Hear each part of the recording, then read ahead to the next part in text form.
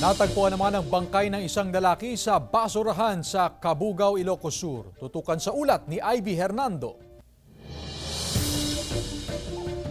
Magtatapon lang sana ng basura sa gilid ng bangin sa bahagi ng Barangay Quezon, Cabugao, Ilocos Sur ang isang menor de edad.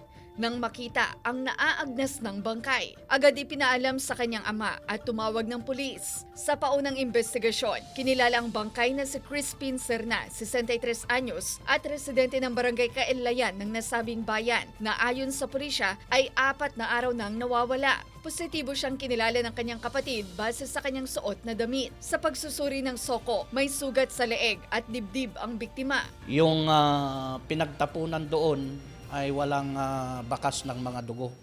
So posibleng itinapon lang yung bangkay doon.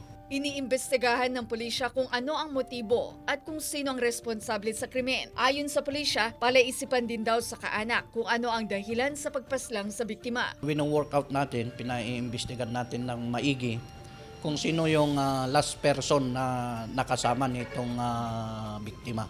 Sinusubukan ng GMA Regional TV na makuhanan ng pahayag ang kaanak ng biktima. Kasama si Norman Raca, Ivy Hernando, 1 North Central Luzon.